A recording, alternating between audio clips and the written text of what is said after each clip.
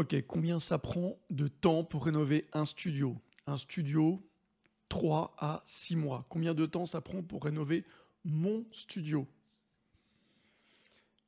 Beaucoup plus longtemps. Bonjour à tous, je m'appelle Sylvain, je suis investisseur immobilier et je suis en train de rénover en ce moment une Love Room, un studio de 50 mètres carrés et on en est déjà à 6 mois de travaux et pour le moment on est très loin d'avoir fini. Je vais donc vous parler un petit peu aujourd'hui de tout ce qu'on ne vous dit pas sur les travaux et ce qu'il faut savoir avant de se lancer. Donc actuellement, moi, j'ai une Love Room qui est, on va dire, à moitié faite, c'est-à-dire que je suis parti d'une page blanche, j'ai complètement tout enlevé, j'ai 4 murs, vraiment une grande pièce, un ancien local commercial, et j'essaye d'en faire vraiment un lieu unique. Du coup, pour ça, il a fallu faire pas mal de travaux de design, pas mal de conceptions nouvelles. On est parti sur des devis qui ont ensuite été trop chers. Du coup, on les a enlevés, on a mis autre chose.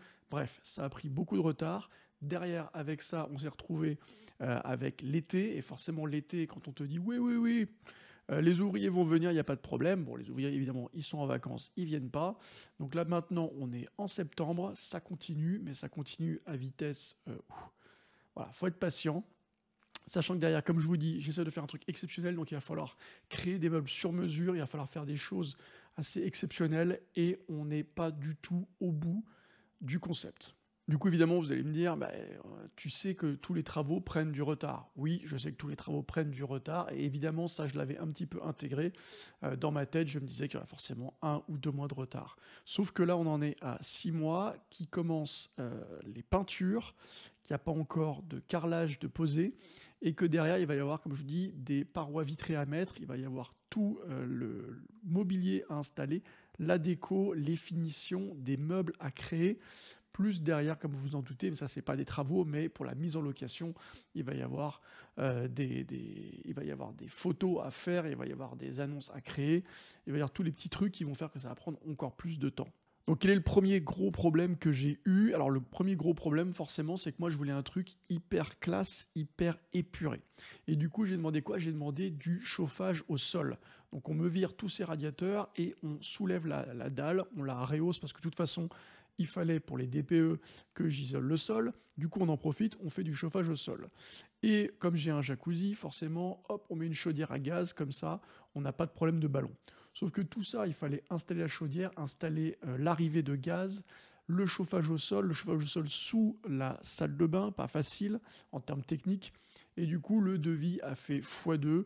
On est passé d'environ 18 000 euros prévus à 34 000 euros. 34 000 euros juste pour la plomberie. Juste pour la plomberie, le chauffage. Donc évidemment, c'est pas possible. Hein. Là, j'ai dit, c'était pas possible du tout. Et du coup, on est revenu en arrière. Et on m'a proposé une solution qui est pas mal du tout, qui est le chauffage de plafond. Alors, voilà, il n'y a pas que des mauvaises choses qui m'arrivent, parce que du coup, le chauffage de plafond, c'est toujours invisible, c'est ce qu'utilisent les hôtels notamment. Et du coup, ce qui a pu être possible, c'est d'installer une clim réversible. Donc moi, j'étais parti pour du chauffage au sol, je me trouve que du chauffage le plafond. En soi, c'est pas grave, tant pis, ils auront un petit peu froid aux pieds en hiver, hein, ils mettront les petits chaussons que je leur offrirai. Mais par contre, du coup, là, je me retrouve avec une clim réversible. Et du coup, je me retrouve avec une Love Room qui a la clim. Et du coup, je sors du lot. Et alors ça, parce que vous vous doutez bien qu'installer une clim, c'est interdit, parce qu'il faut avoir des blocs extérieurs, etc. Et là, comme j'ai une grande hauteur sous plafond, eh ben, on a pu, dans le faux plafond, installer un nouveau type de clim avec les 2 blocs. Le bloc intérieur, mais le bloc extérieur aussi. Et du coup, à l'extérieur, moi, eh ben, j'ai juste 2 ouvertures, 2 grilles, une entrée d'air, une sortie d'air. Donc en façade, c'est quasiment invisible, et j'ai la clim. Donc ça, c'était pour le petit côté, bon, il se passe pas que des mauvaises choses quand on a des ennuis. Par contre, voilà, devis x2, donc le temps de retrouver d'autres artisans, de changer le nouveau projet, et de réussir à refaire un devis et à se relancer, c'était un bon mois qui était parti à la poubelle. Voilà, à partir de là, on a pu reprendre les travaux. Quel a été le problème numéro 2? J'en ai parlé en introduction. Le problème numéro 2, forcément, l'été. Eh ouais, bah, qu'est-ce qui se passe? On te dit que pas de souci, vu que c'est l'un après l'autre, les ouvriers viennent, l'électricien, puis le plombier, puis le plaque. Donc ils vont succéder, donc ils prendront des vacances, donc il n'y a pas de problème. Sauf qu'en fait, qu'est-ce qui se passe? Bah, ils prennent tous des vacances en même temps, hein, en août, et du coup, bah voilà, il se passe un mois le temps que tout le monde revienne, que celui qui bloque le chantier puisse revenir, etc. Et ben en fait, qu'est-ce qui se passe? C'est encore un mois à la poubelle. Donc voilà, donc là actuellement c'est en train de repartir, tout doucement. Il a fallu que je demande un petit peu de manière insistante à ce que ça reprenne du badin, mais c'est bon, les travaux ont repris, mais encore un mois de retard. Alors les conséquences, c'est quoi? Les conséquences déjà, c'est au niveau monnaie, hein, au niveau argent, parce que moi j'utilise un différé de paiement. Voilà, je vous conseille de faire ça pour que ça impacte moins votre trésorerie au départ. Forcément, moi je devais rembourser quasiment 1000 euros par mois. Avec le déficit, je rembourse que 350 euros à peu près. Donc ça c'est super, sauf que c'est 350 euros qu'on jette à la poubelle, ça ne rembourse pas le prêt. D'accord? Donc ça déjà, si tu te dis que tu es parti pour 4-5 mois de travaux, c'est pas grave. Si tu te dis que tu es parti pour 8, 10, 12 mois de travaux, ça commence à piquer. Se rajoute à ça le fait que du coup, je ne suis pas en location. Et j'espère faire du cash flow au moins 500 euros, peut-être plus 1000 euros, pourquoi pas. Donc en fait, si tu fais un petit calcul, si tu rajoutes 3, 4, 5 mois, c'est des milliers d'euros que tu mets à la poubelle. Donc ça, c'est tout de suite un impact énorme, c'est-à-dire sur ta trésorerie à toi, parce qu'en fait, pour le moment, j'ai pas de rentrée d'argent, donc c'est moi qui paye. Et après, potentiellement, si ça dure trop, même sur ton produit fini, c'est-à-dire que tu commences à faire des réductions de budget sur ton ameublement, par exemple. Voilà, donc ça, c'est la problématique, c'est-à-dire qu'au bout d'un moment, quand ça entame ta trésorerie à toi, perso, eh ben, tu commences à te dire, mince, je ne pourrais pas utiliser ce matériau-là, je ne pourrais pas acheter ce meuble haut de gamme-là, et là, du coup, ça fait baisser la qualité totale du produit final, et ça, c'est pas bon. Donc, il faut que ça aille vite pour perdre le moins d'argent possible et réussir à avoir un produit final le plus beau et le plus abouti possible. Quelle est la leçon que j'ai tirée de tout ça?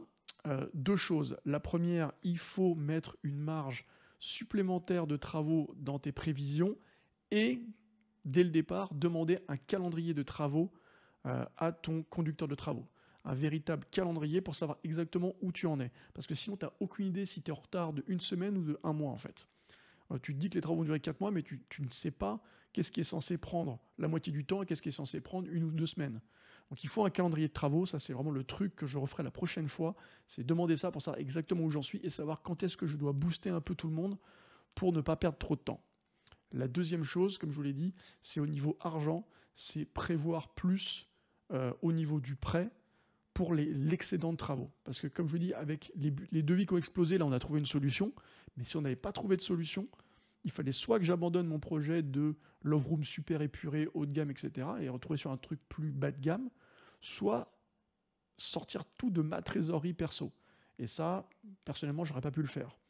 Donc, prochain truc, une certitude, je gonflerai l'enveloppe travaux artificiellement pour pouvoir avoir vraiment une bulle d'air, parce que tous les travaux prennent plus de temps, mais ils coûtent aussi plus cher que prévu. Voilà, j'en ai fini pour aujourd'hui. C'était une petite vidéo juste pour t'expliquer un petit peu où j'en suis dans les travaux et te donner quelques petites astuces pour pas que tu fasses les mêmes erreurs que moi. C'est ça le plus important. Je te remercie de m'avoir écouté. N'hésite pas à mettre un petit like à la vidéo pour qu'elle soit un peu plus partagée par l'algorithme. Je te dis à très bientôt. Ciao.